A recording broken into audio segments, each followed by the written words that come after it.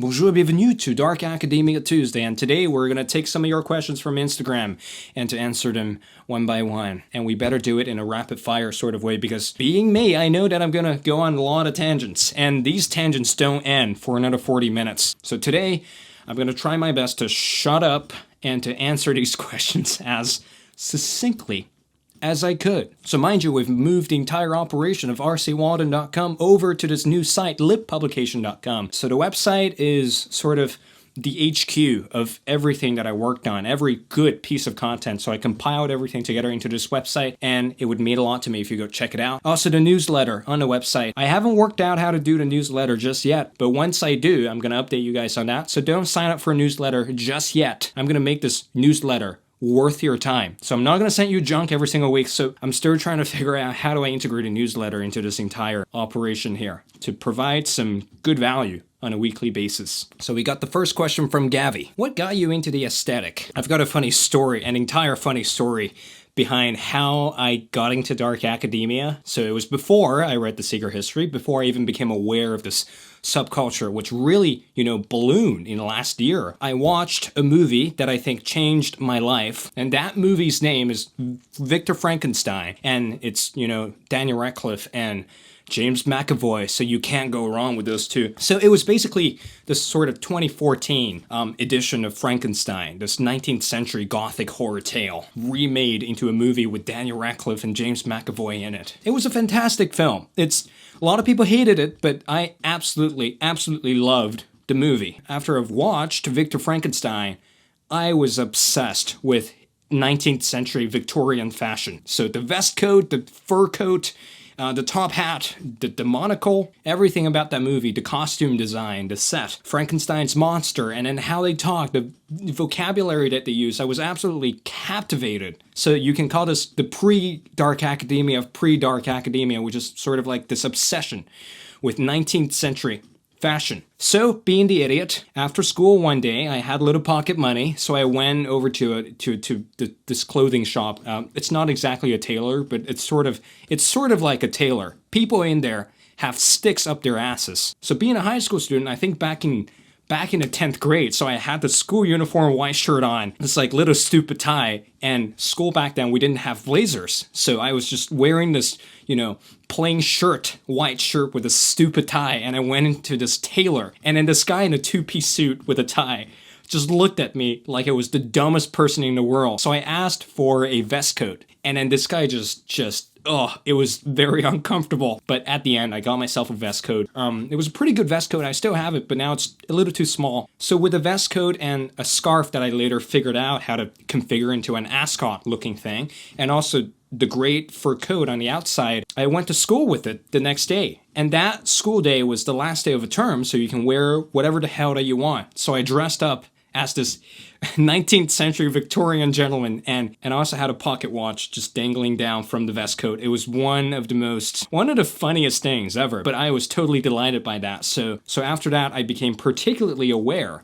of this sort of old school aesthetics. So all in all, my dark academia obsession really went all the way back to Frankenstein. And after Frankenstein, I, eventually read Mary Shelley's original novel because I loved the movie so much, and then it just went downhill from there. And I think this is the first piece of literature that I truly came to love, and this led to stuff like other literature that I'm just, constantly devouring right now. That was a bit of a tangent, but I think it was a good story. Second question, what type of literature does a dark academia enthusiast read? Well, like I said in the last video, it doesn't really matter. Aesthetics is an expression of your authentic interest. You don't have to find out like a book list, you have to read everything by Shakespeare. It's not necessary. I personally love Shakespeare. Shakespeare is one of my favorite playwrights. But, you can be a science major. You can study chemistry, nuclear science, and have a completely different aesthetic to everyone else, and then you're going to feel great about it. So it doesn't really matter. You can read science, you can read biology, you can read physics, you can be Alan Turing. You can rock Alan Turing's aesthetics if you love mathematics. It really doesn't matter.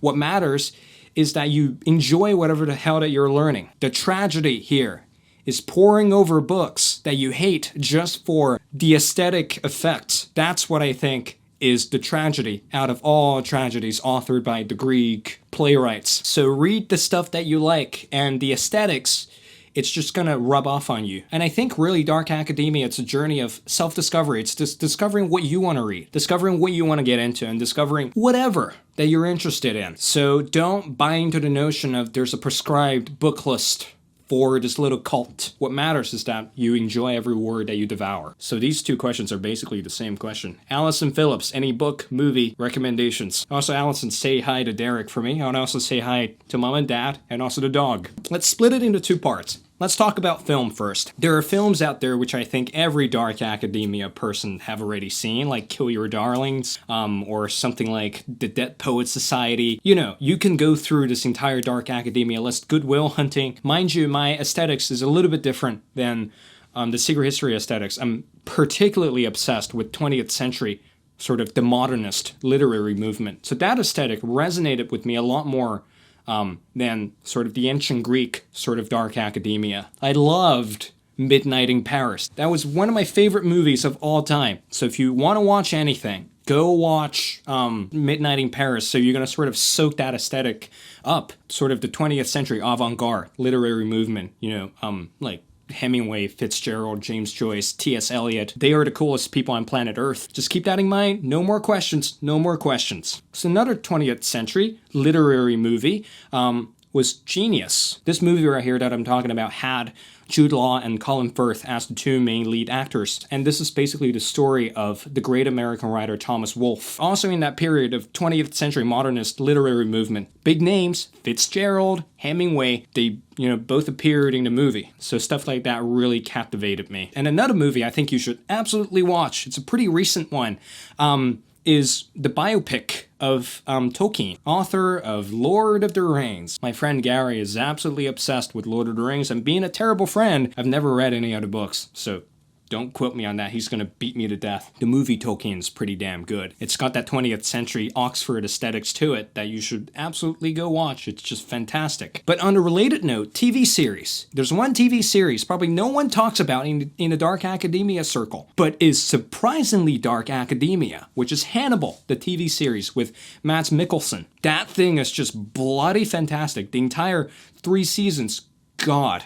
It had everything. It had murder, it had an elegant psychopathic killer. In the beginning of season 3, Hannibal traveled over to Florence and to Paris, and then you get this really interesting, rich theme of cultural heritage. So this Hannibal, this killer, is unlike anybody you've ever seen. He's one of those archetypical elegant murderer. If you haven't watched Hannibal, the TV series, if you can stand dead bodies, if you love a good thriller, mystery, and, you know, a little bit of horror thrown into the mix, go watch Hannibal. It's very, very dark academia. And since everyone's stuck indoors, why not? So on that related note, we are going to dive into some dark academia books. First book recommendation, definitely Mary Shelley Frankenstein. Second recommendation, you have to be a foolish person not to read this, Secret History by Donna Tartt. Third book, which is not much of a surprise, Picture of Dorian Gray by Oscar Wilde. This is a brand new copy, but unfortunately, I haven't had the chance to dig through this thing. Right now, I have too much other stuff to read for assignments, but after assignments, after, you know, the storm calms down a little bit, I'm gonna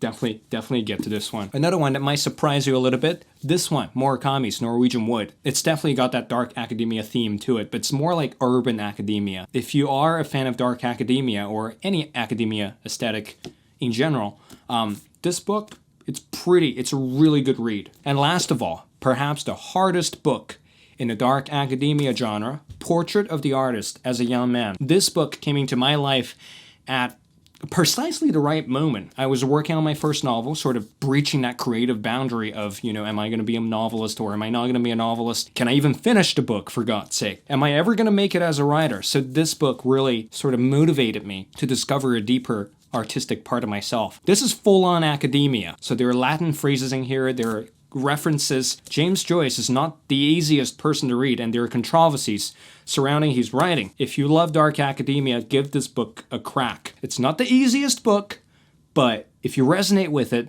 read it, and you're not going to regret it. I do realize that this video is getting very, very, very, very long. So I've been looking through this list of questions right here. So a lot of these questions sort of overlap. Either they're talking about book recommendations or film recommendations, so I've already covered a lot of that previously. So I'm going to cover one more question. Greek tragedies intimidate me. How should I start and where? The thing with Greek tragedies, or any plays in general, is that they're not that intuitive to read. These things are play scripts, and they were meant to be performed, not exactly read. Nevertheless, we can still read these things, but we need to sort of take another approach to it. I first fell in love with ancient Greek tragedies after reading Sophocles, the Theban plays, Oedipus Rex, and Antigone. Those were the two plays that just absolutely bedazzled the bananas out of me. And then after that, I went over to Goethe's Faust, which is an adaptation of Dr. Faustus, which is sort of a morality play, but Goethe adapted that play into a lyrical drama, which was fantastic. It was 300 pages long. If you stick with it, it's bloody fantastic. When reading a play, you really have to read it from the perspective of the performer, or you have to really read it 2 times before you can really get into anything. So I would recommend, if you couldn't really get into Greek tragedies and Greek plays, go watch the play with the book in your hand and go along with the thing. Because some of these dialogues can get pretty dense. They only make sense if they're read aloud. That's another thing. If you don't exactly know what's happening in the play, read it out loud.